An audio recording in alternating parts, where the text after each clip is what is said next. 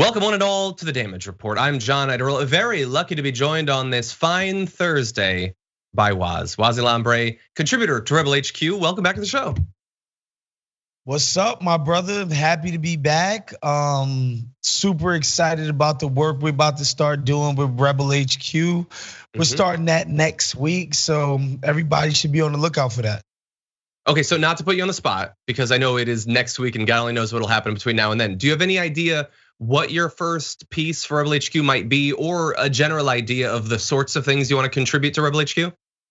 I think you should count on me making fun of several things related to our politics. We're gonna try to have fun, try to have a few laughs. There's enough dour, sad, tragic stuff happening in the world as it is. I think our role is gonna try to be to bring some levity to some of this stuff. Okay, and you know what? I think we should do a test run of that role here on the show today, because this is the Damage Report. And so you might think that we do a lot of dire, sad stuff, and sometimes that's true. But we also try to have fun. And so Woz, bring the fun, buddy. Anyway, I'm ready. Thank you, make sure to not call the fun police, please. No, we're not. I am not still black. Green. We're not gonna be having anyone investigated for a joke or whatever. We're gonna have some fun. By the way, can I say, if you're on the podcast, you are missing. I think this camera is actually starting to work here. As I'm about to transition out of the shed show, it's not that the lighting is perfect and everything, but I think it's not that bad. Maybe I need to get sick more often. But anyway, very excited to do a breakdown of the news with you, Woz. Thank you everyone for joining us. If you're on a platform that has likes or sharing or whatever, that would be great, because most platforms have an algorithm that's supposed to notify people when things go live, but that doesn't work anymore. So if you could help us out by liking the video, that would be great. And if you want to send us any tweets, comments, super chats, all that, we'll respond to your comments, questions, and concerns as they arise. But Marissa, behind the scenes, are we ready to go? We're good to go? Well, then we should go. Let's jump into this video. Doesn't know what on earth he's doing, or at times where he even is.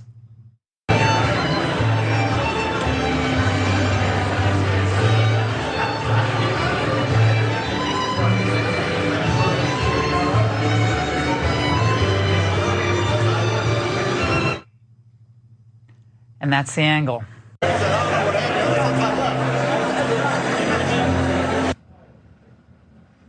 Make it stop, it's awful. It's awful, yes. Those two videos that you saw on Laura Ingraham and Tucker Carlson are awful. Appearing to show President Joe Biden wandering around, having no idea what's going on. You can't watch that, but think that maybe there's something wrong with him. He can't be president. Why isn't someone helping him? But there's actually a different reason that we are playing this, and that is that I want to play a game that I am calling BS reason to criticize Biden, good reason to criticize Biden. You'll be shocked to find out that that's an example of the former. Why? How could that be BS? I mean, we watched the video. He's wandering around. You can't deny. Are you claiming that it's a deep fake? No, but I am claiming that you've been manipulated. And the first clue would be, if you knew where these came from, Laura Ingraham and Tucker Carlson got them from a Twitter account called RNC Research. So you could see the first there, literally no one wants to talk to Joe Biden. Ha ha ha, he's not popular and people don't like him. They don't want to talk to him. That got 11,000 retweets, by the way. 11,000 that video. And the second clip you saw from Tucker Carlson, that was in this tweet. This is so sad. That one got 24,000 retweets. This damning proof that Joe Biden has no idea what's going on. And they weren't the only ones to get in on the action. Newsmax, they ran a Chiron saying President Obama 2.0, and somehow they called both Biden and Obama beta males, even though in the video it's being portrayed as if Obama's ignoring Biden. I don't know. They also explicitly on Newsmax said that they would go for the 25th Amendment based on that. But as I said, this is all BS, and here is why. Take a look. Asin on Twitter did an awesome, just giving us the next few seconds of each of those videos. And here's what actually happened.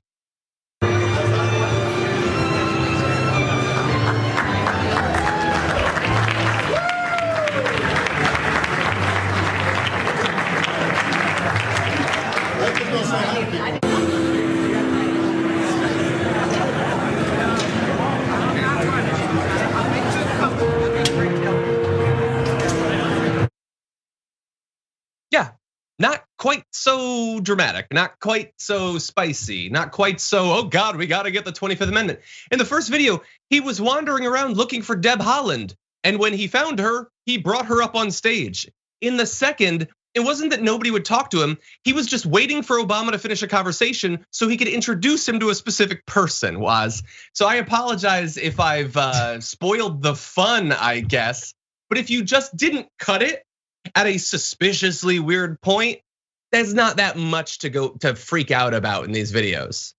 Yeah, and I gotta admit that I fell for the fake out because of my own prejudices and biases. Because I do remember the 2020 campaign where Biden didn't seem always like he was the sharpest tack, if you get my drift, right? I And do. his team kept doing everything they could to keep him away from media. So I was like, yo, is something wrong with this guy, i.e. Ronald Reagan in his second term? But whatever.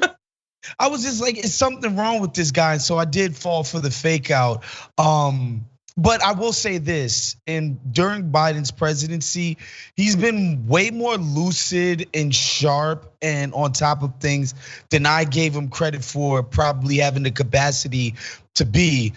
So I'll take the L on that one. I definitely am still carrying those deep-seated campaign 2020 biases. Yeah. Well, look, let me be clear about what I'm criticizing and what I'm not. I'm criticizing the RNC research, obviously intentionally editing this video to give someone an impression that they don't. What I am not saying is that there's no reason to be concerned about Joe Biden or that he hasn't lost a step or that he's not lower energy. All of that is perfectly valid. But what they just did, what two separate shows that have audiences in the millions on Fox just did, and Newsmax, which has got to have 10 or 20,000 or whatever, what they just did was give people BS, shallow, surface level reasons to not like Joe Biden. Now, why would they do that? Well, first of all, because it's easy. It's very easy to put together those clips. It's very easy to script a little like, oh God, make it stop moment. It is harder to put together a policy-based reason. Not impossible, we do it on a daily basis here, a reason to have a problem with Joe Biden. But also it's because they don't want to criticize him on the legitimate reasons to criticize him because they agree with him in a number of different ways. And I'm gonna demonstrate that.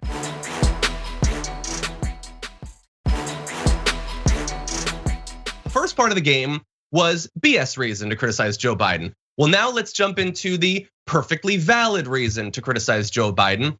But it starts off from a point where you might actually be with Joe Biden. Take a look at this video. That's what unions are about, in my view, about providing dignity and respect for people who bust their neck. That's why I created the White House Task Force on Worker Organization Empowerment, to make sure the choice to join a union belongs to workers alone. And by the way,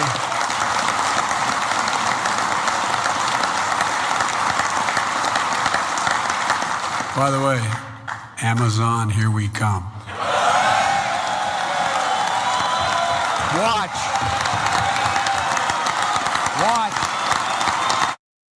Oh, damn, watch, Amazon, here we come. Biden's in the house. We're coming for you, Amazon. And people were excited. Why wouldn't you be excited about that? I do want to come for Amazon. Phrasing. Bernie Sanders was exciting on Twitter. He tweeted, President Biden is right. Amazon, here we come. Let's get every Amazon worker in a union. And so, wait, why is this a good reason to criticize him? John, you're being unfair. He's speaking out in favor of unionization. Yes, he is technically doing that. Unfortunately, the linear flow of time continued after that statement. And that is when politics got involved. So according to Olivia Knox on Twitter, senior Amazon executive Jay Carney, who was Joe Biden's communications director during the Obama administration, began emailing Ron Klain, and lobbyists got involved. And then all of a sudden it went a little bit less away from the area of like, yeah, we're gonna get Amazon to the nuance and the weakness and the backtracking. And take a look at that. Can I ask, President Biden today told union members, Amazon, here we come. Was he endorsing the efforts of workers to unionize Amazon facilities? What he was not doing is sending a message that he or the U.S. government would be directly involved in any of these efforts or take any direct action. What he was conveying is that is his longtime support for collective bargaining, for the rights of workers to organize, and their decision to do exactly that in this case. Something that he has long supported broadly over the course of his career. Okay, so it started off with, look out, Amazon, we're coming for you, yeah! And now he broadly supports when workers want to unionize. We're not involved. We're not saying anything, and we're not coming for Amazon, but it's okay. I don't know, Woz. It started off exciting, and it quickly, like, the lobbyists got involved, and they were backpedaling, and now it's weak as hell. Look, I'm not gonna lie. When I saw that clip that of Biden delivering to those union members, I got a little bit emotional. It was pretty cool to see him, like, get behind that effort in a way that, quite frankly, man, if you look at some of the major Democrats in both the House and the Senate, it's been basically crickets about that Amazon unionization effort in Staten Island, which ended up being a victory for the workers. So I will say that, but this is what I will say that's most important. Joe Biden's NLRB, they threw out that first Bessemer, Alabama vote and was like, Amazon did some chicanery, some cheating.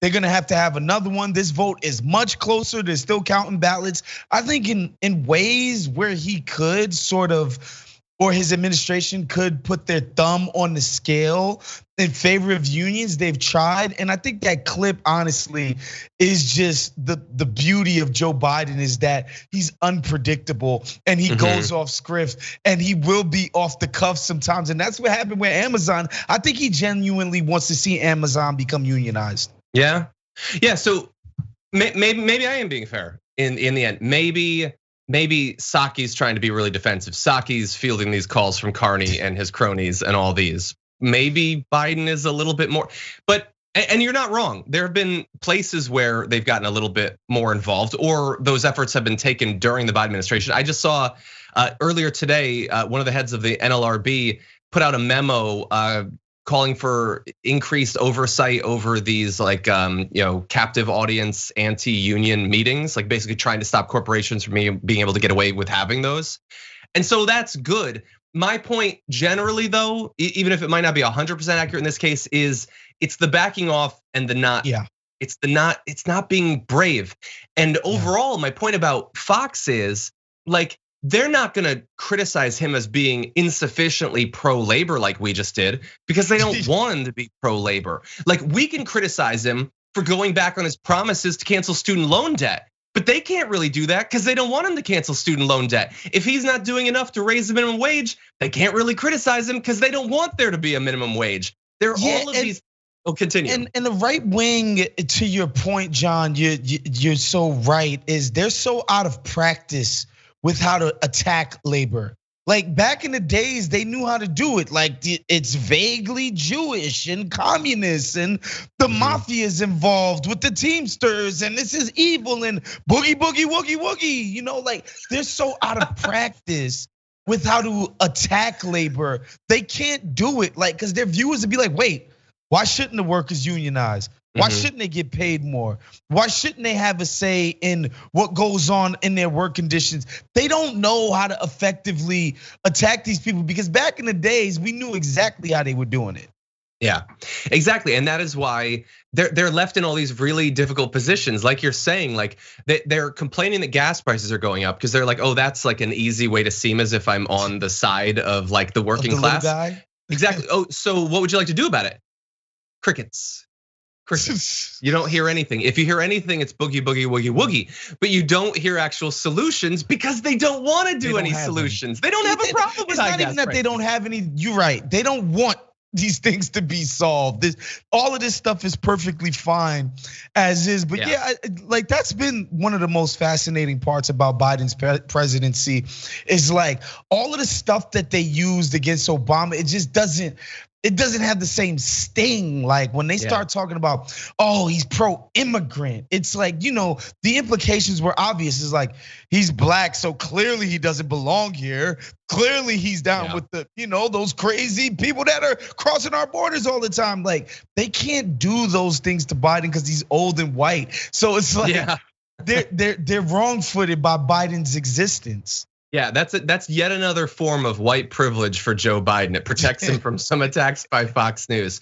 Yeah, it's insane. And so they have to, politics always have to be ridiculous and shallow. That's why they talk about tan suits and latte salutes.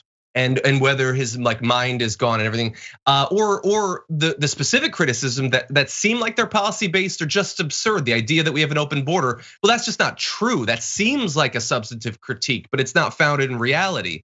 And I get it. Like for some people, the shallower stuff can be fun. But politics is about real stuff. And so I just say you should be able to demand a host that can do both. So we're gonna criticize Trump on the substance. We're also gonna call him ugly. We can do both of those things at the same time, damn it. Anyway. Also, Jay Carney doing his back office dealings, and it's just another reminder of how truly sucky Barry's presidency and his regime was. Like these guys have proven themselves over time to really suck. John, I don't know. I'm just constantly reminded that these people are just in the way of any meaningful progress in the world. Exactly. Yeah. We knew they were pretty bad during the Obama administration, but in the years since, so many of them have just become even worse.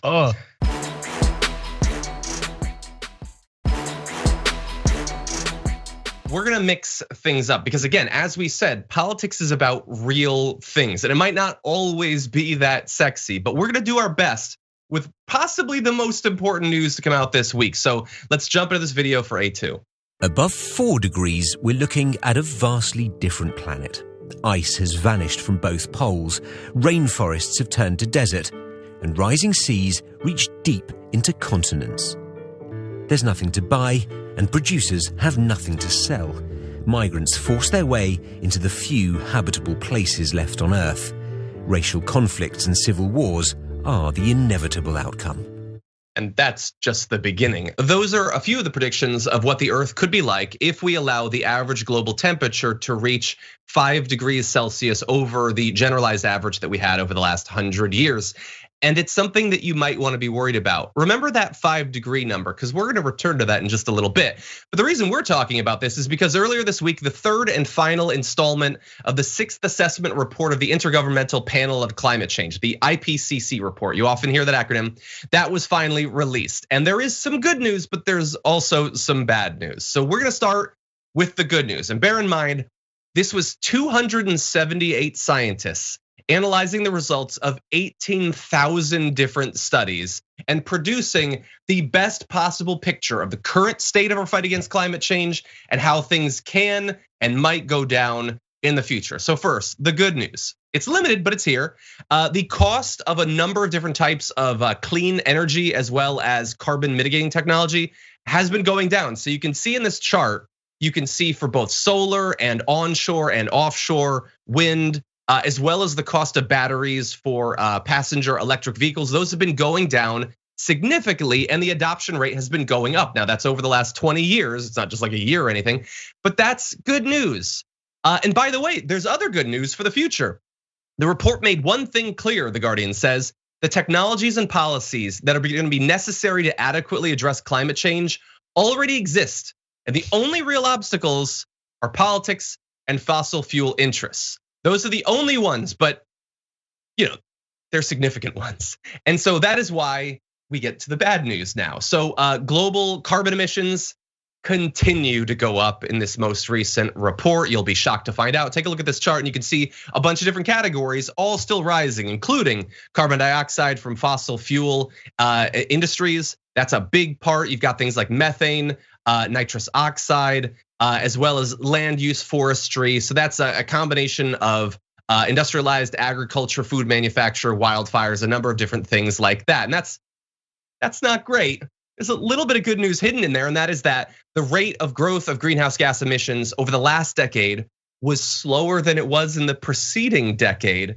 But here's the big issue, and this is where we'll jump into our conversation. The report concludes that the chances of meeting the most aggressive Paris Agreement temperature target, that is 1.5 degrees Celsius of warming above pre-industrial levels, is slipping out of reach.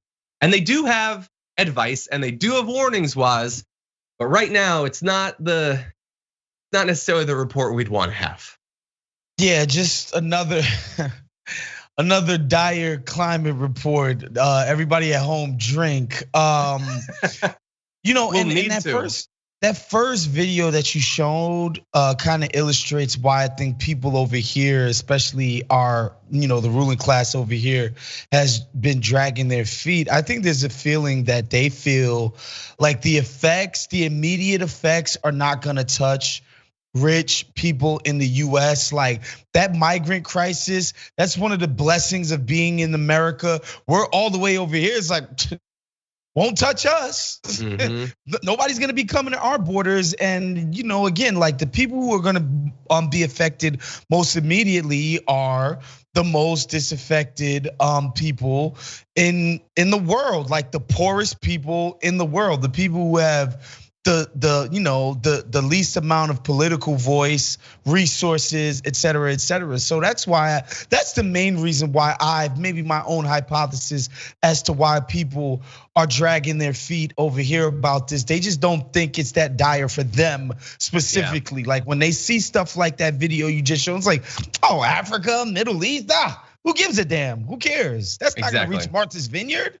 That's a great point, and that is the fear. The issue is that there's delay in you get the actual cause, and then the effect might take a bit. And so by the time it is undeniable, it might be too late, at least to stop that level. Now, I would argue we're already seeing more than enough evidence of how devastating this can be.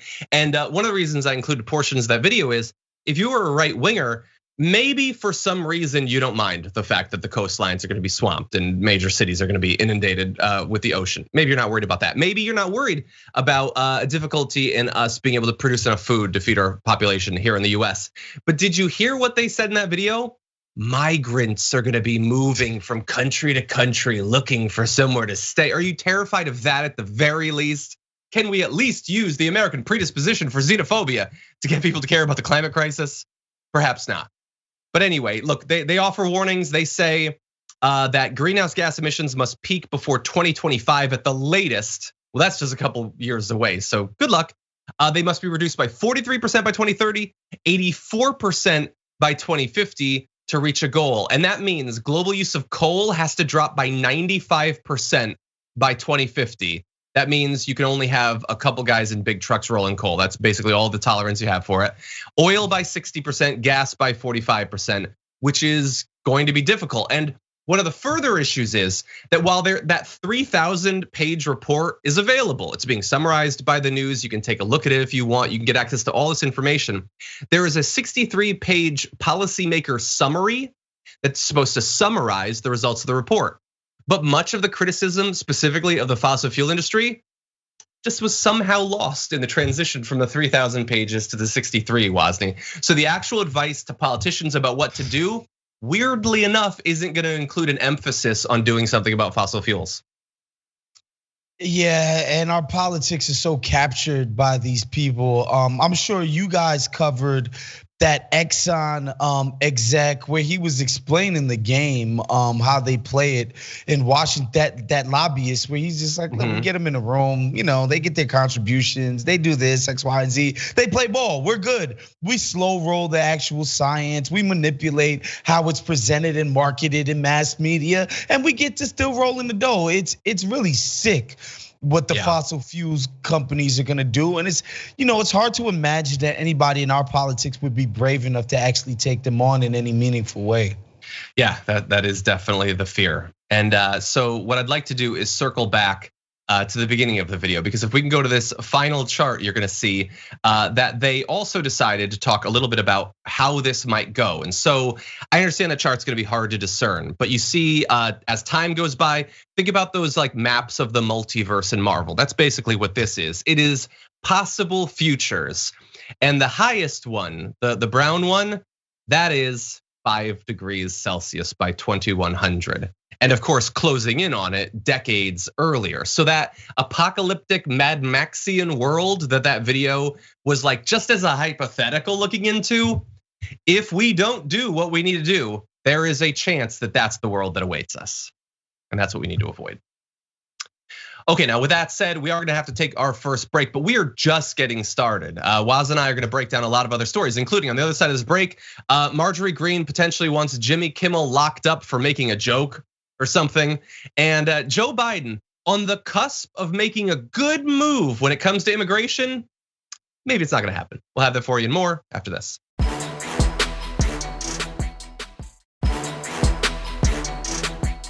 Okay, now your news gets just a little bit more ridiculous, starting with this. That are in the House, like Marjorie Taylor Greene. This woman, Klan mom, is especially upset with the 3 Republican senators who said they'll vote yes on Judge Ketanji Brown Jackson, who's nominated for the Supreme Court. She tweeted, Murkowski, Collins, and Romney are pro-pedophile. They just voted for KBJ. Wow, where is Will Smith when you really need him, huh?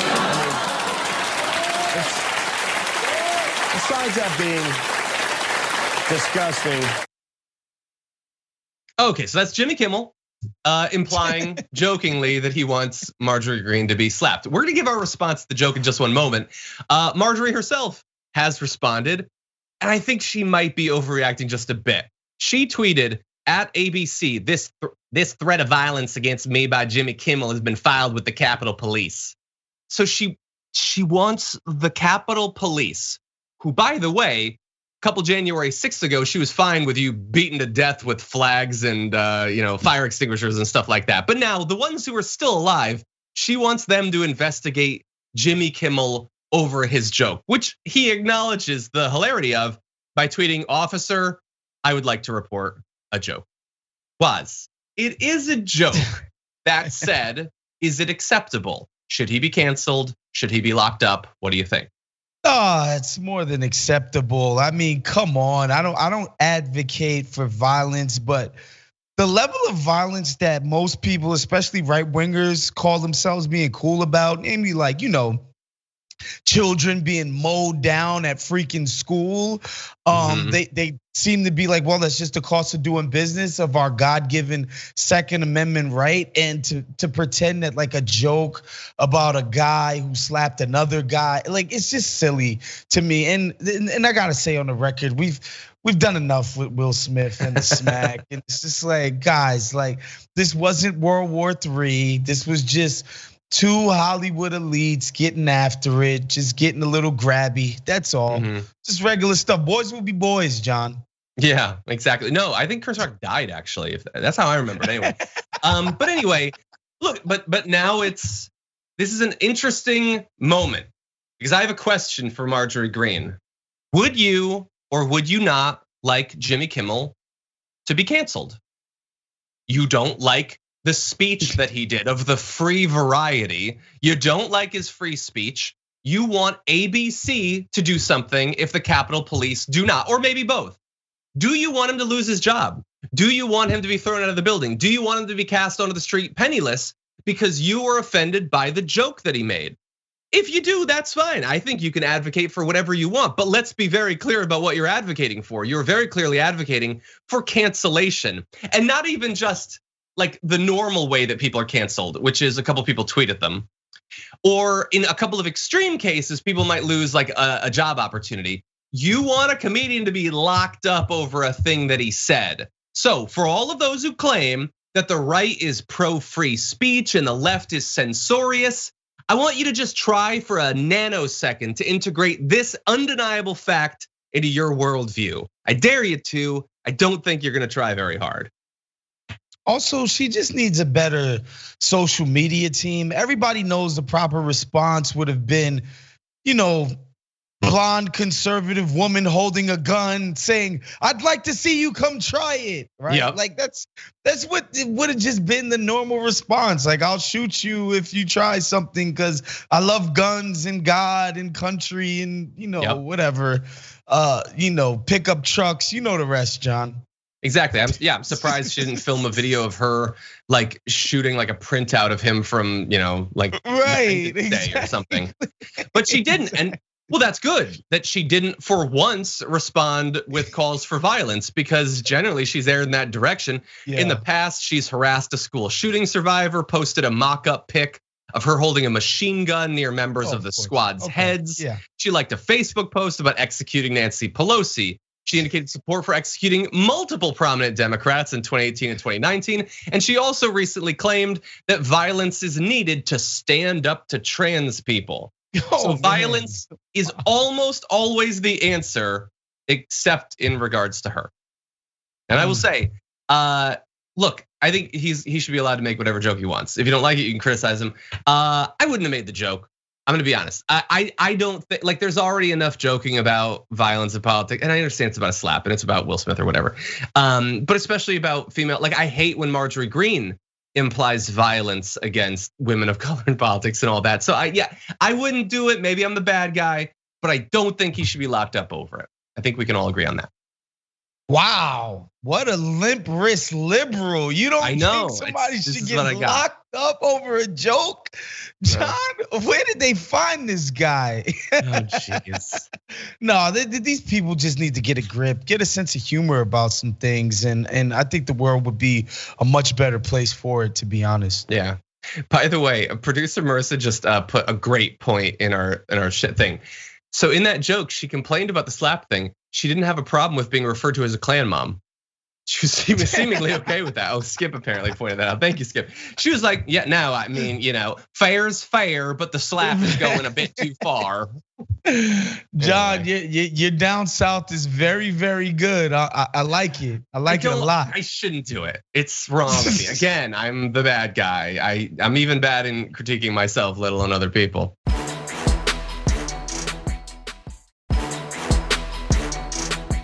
By the way, do we want to do this reset? Do we have time? We do have time? Okay, then I apologize, but let's launch directly into this. The Democrats are the party of pedophiles. The Democrats are the party of princess predators from Disney. The Democrats are the party of teachers, elementary school teachers trying to transition their elementary school age children and convince them they're a different gender. This is the party of their identity, and their identity is the most disgusting, evil, horrible things happening in our country. And that's why we have to say it. We have to be willing to say it, and no matter how many little blue check marks get their feelings hurt on Twitter. First of all, imagine how much she would freak out if they took away her blue check mark.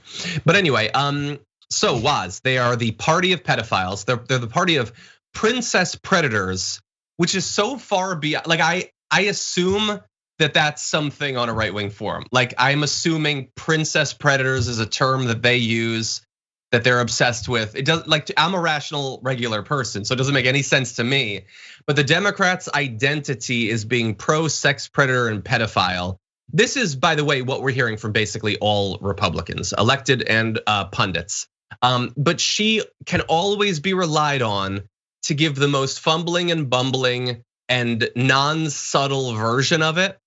And that, like, she's talking about the identity of the Democratic Party. She is also, let's be clear, the identity of the Republican Party. They all want to be more like her, and that's what that looks like. What do you think, Woz? Yeah, clearly the inmates have taken over the asylum, right? Like, people like Mitt Romney, that's why John Boehner had to quit. He was just like, look, like, I can't get any traction with these crazies. The Romneys, all of these sort of country club type of Republicans, like, they don't really steer the wheel anymore. They're kind of innocent bystanders, not innocent, but they're bystanders when it comes to the party. Like, people that back in the days, you would refer to them as the quote unquote lunatic fringe. That's Marjorie Taylor Greene. It's not just that politicians like the Romneys, like the, rest in peace John McCain and his horrible racist ass campaign from 2008. It's not just back in the days when those people would just, they kind of had to pay lip service to what those people wanted, right? Now, like, these people are actually in the Congress. They're actually in the government now. It's not just that they're like this loud, crazy contingent that the people who actually run the party, the McConnells and them, they have to like at least pay attention to. These people are running the party. They're in the Congress. Like, they've taken over the entire Republican apparatus. Yeah, you're right. And a few of the more regular, I guess, Republicans might complain about that from time to time, but they're not doing anything to actually. Oh, they fall in line every single time, John. They Exactly. fall right in lockstep with these crazies. Exactly. And I want to be clear to people. It's not like American politics. Like, if you're new, if you started watching our show or paying attention to American politics during the pandemic or 2016 or something, I know a lot of people did. It's not like before that politics was great and it was all just swell, chummy guys getting together and everything is great and there's no homophobia or racism or anything. No, all that was there. But I remember, like, you can, like with a tree, you can count the rings of my face. I've been around for a little bit. She is, I think, objectively crazier than Rush Limbaugh ever was. And Rush Limbaugh was not a senator or anything. He was off on AM radio, like just dog whistling to racists and all that. And yet she is so much crazier. She is arguably crazier on an average day than Alex Jones. And Woz is right. She, in theory, could write legislation. She gets to actually vote on things. That is how far we've come, how far we've descended in just a few years. Yeah, and some people would say you could trace the lineage of these type of folks to Newt Gingrich and what he was doing back in like 1995 during the first Clinton administration. And I think you would be smart to point that out, but it's just progressively gotten worse, with the things that they get away with. And to your point, she's now just spewing the rhetoric of pizza gators, of that whole exercise with Ketanji Brown was just like, look, the Dems and Hillary, remember Pizzagate? They're still doing it. Now they're nominating judges who will let them get away with it. It's all of a piece of a narrative of, again, the part of the party that used to be considered the lunatic fringe, the Stormfront guys, the people that would actually call Rush Limbaugh on a day-to-day to complain about, those damn Muslims. Now they're actually, again, at the levers of power, and they're actually wielding it. And you see it in how, the people who ostensibly are supposed to be in charge or supposed to be the quote unquote grown-ups, they cower in fear of these people every single day. Exactly, 100%. Okay, we're gonna take the last break of the first hour a little bit early, but when we come back, we're gonna be talking about the battle over Title 42, and then we're gonna have a little bit of good old-fashioned schadenfreude as Trump goes groveling back to get back some of his disaffected followers after this.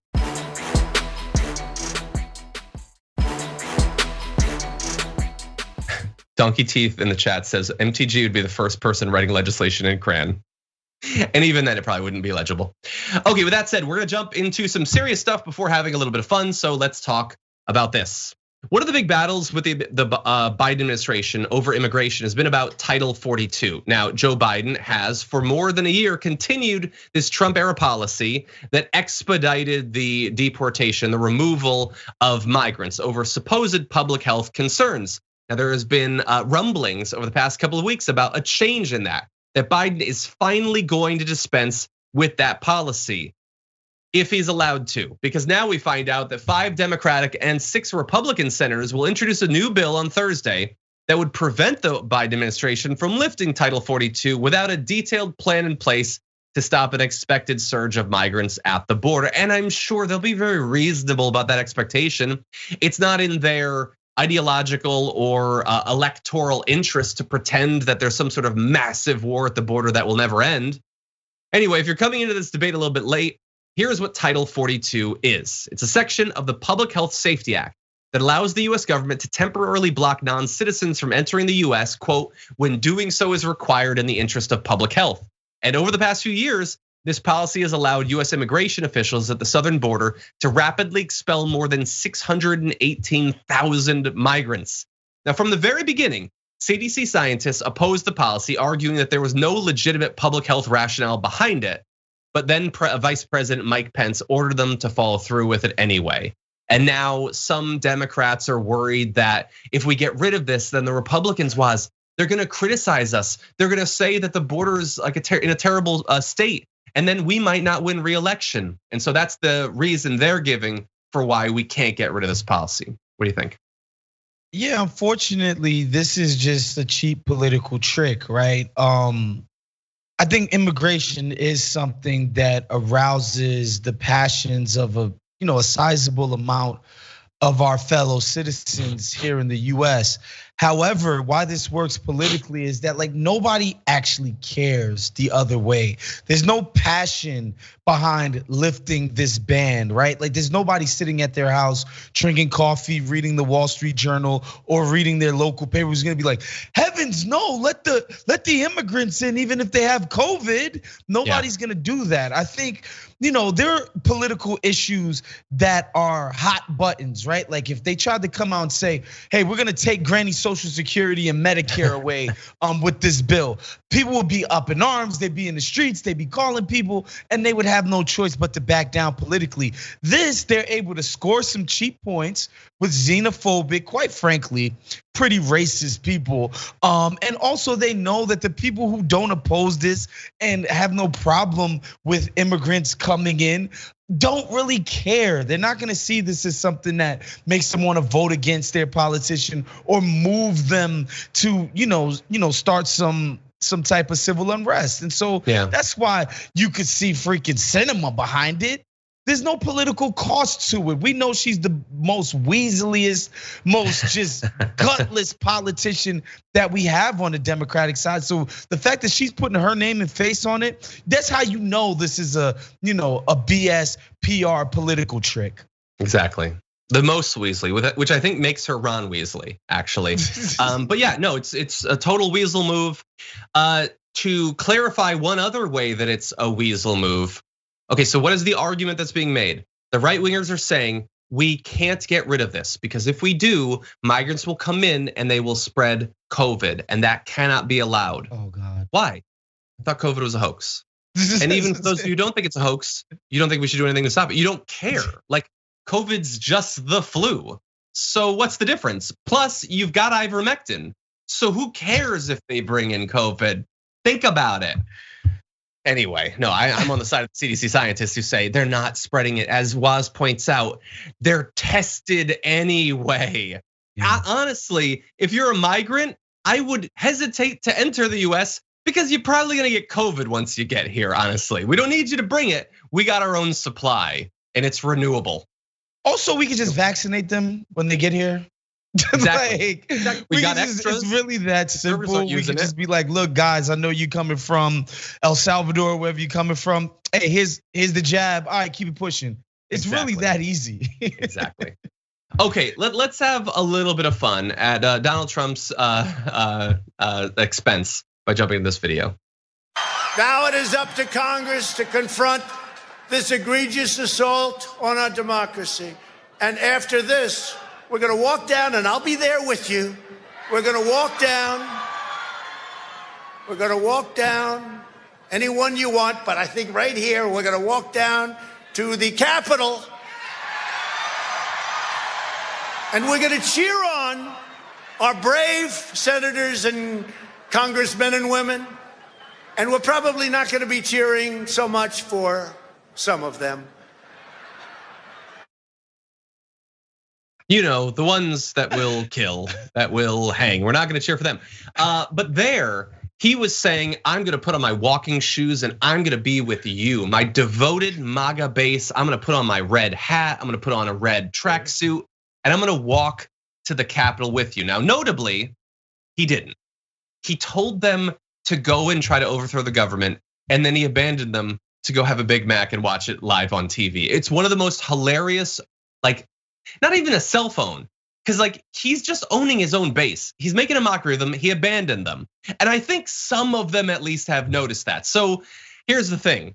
He is now finally, after all of this time, trying to address why it is that he abandoned them on January 6th. In this new interview, he tried to deflect blame, says he wanted to march to the Capitol. Specifically, here is his excuse. And if you're watching this and you're a big MAGA fan, you tell me if this is a good enough excuse. He says, the Secret Service said I couldn't go. I would have gone there in a minute. The crowd was far bigger than I ever thought. I believe it was the largest crowd I've ever spoken to, the largest crowd that's ever existed. This was a tremendous crowd, but it wasn't on me. I totally wanted to be there, but I had things to do, people to talk to, calls to take, and the Secret Service wouldn't let me. So let's BS. And also, by the way, he's supposed to be big alpha male, right? He's gonna let the Secret Service stop him from standing shoulder to shoulder with his devoted fans. Do you really believe that if you're a conservative, Woz? What do you think? I just love Trump's cadence. I love watching him speak. He's like with the great senators and congresswomen and men, and we're gonna cheer them on. Well, some of them. I just love his cadence. Some not so much. His pettiness. He can never just say, all right, we know we have people that are with us and we're gonna cheer them on. He always has to remember the people that have delivered perceived slights. He lives off of it. He feeds off of it. And even in the middle of this grand speech to his followers and his cult, he has to get in that. Well, some of them, John. That was my favorite part. But of course, he didn't take, his big old hands and his big genitals to the Capitol riots, John. I totally wanted to be there. No, Woz, you don't understand. I wanted to walk, but my massive genitals cause unbearable chafing. A walk of that length could possibly kill me. The skin would wear away, and blood loss would take down me, your favorite president. Are you believing this? No problem in that department. Exactly. I think it would have been totally fine. It would have just been the whistling of pant legs. No friction besides that. Anyway, okay, that was fun. Let's have a little bit more fun as we launch into this video. How do you all feel about the events of January 6th? A lot of that was Antifa. Really? Yes. Why would Antifa interrupt the certification of an election in which their candidate won? Wouldn't they want him to be certified? They just want to disrupt in any way possible. Do you think Antifa wanted him to be president? I guess is what I'm asking. Yes. Yeah. So why would they interrupt the certification of the vote on January 6th? I have a different view of things. Well, it's just like if you have a. Yeah, it doesn't make sense, right? Like, why would they do that? Well, somewhere in a field in rural America, that guy is still trying to come up with a response. Anyway, that's the Good Liars. By the way, you should head over to TikTok and follow the Good Liars because they do both a lot of great work on their own and then also these interviews out in the field of Trump fans. Always a lot of fun. I wanted to cover this not just to point out the obvious lack of logic there was. I actually have a solution for it, but first I want your thoughts. That guy, like, I've heard people claim that someone's brain melted down, but that is the clearest evidence that it actually happened. I hope somebody put a cork in his ear, because otherwise the whole brain just dripped out during that time. I gotta say, I see a little bit of myself in that guy, because oftentimes when in movies, right, people will be like, well, what do you think the film is trying to say? And I'm like, I don't know. There was explosions, there was guns, there was some hookers, some cocaine. I don't know what the movie's trying to say. I liked it. I'll probably watch it again. I don't know. Like, I don't know what movies are ever saying. And I think that's what happened with this guy right here. Like, he's just like, you want me to like explain some higher level stuff to you? Antifa did it. That's it. What more do you want? That's enough. Come on, I listen to Fox News and Trump all day long. I'm doing the best I can. Exactly. But anyway, I am not just doing this to criticize the MAGA base. I want to free the MAGA base, and I'm willing to help the MAGA base. So here's the thing, man. it's not like it's an impossible question to answer. Imagine the good liars asked me that question. Well, but don't they want it to continue? All you gotta do is say, no, but that's what's so insidious about it. Antifa knew that the insurrection was never gonna actually succeed. They knew that they would get their preferred outcome. Biden would be the president. The vote would be certified. But along the way, they wanted to have their cake and eat it too. Not only would they get Biden, but also they'd smear the right wing, smear Trump fans by pretending that we're the ones doing the insurrecting. That is what is so insidious about Antifa. They did an insurrection they knew would fail, and we've got the video proof. There's your answer. That's perfect. It doesn't make a lot of sense, but it looks a little bit better than. Anyway, that's the best I got. Okay, everybody, that's the end of the first hour, but don't go anywhere because Woz and I are not gonna be going anywhere. On the other side of this break, we're gonna be breaking down a whole bunch of interesting stories, including 2 sports-related stories that we chose especially for Woz. We'll be back in just a few minutes.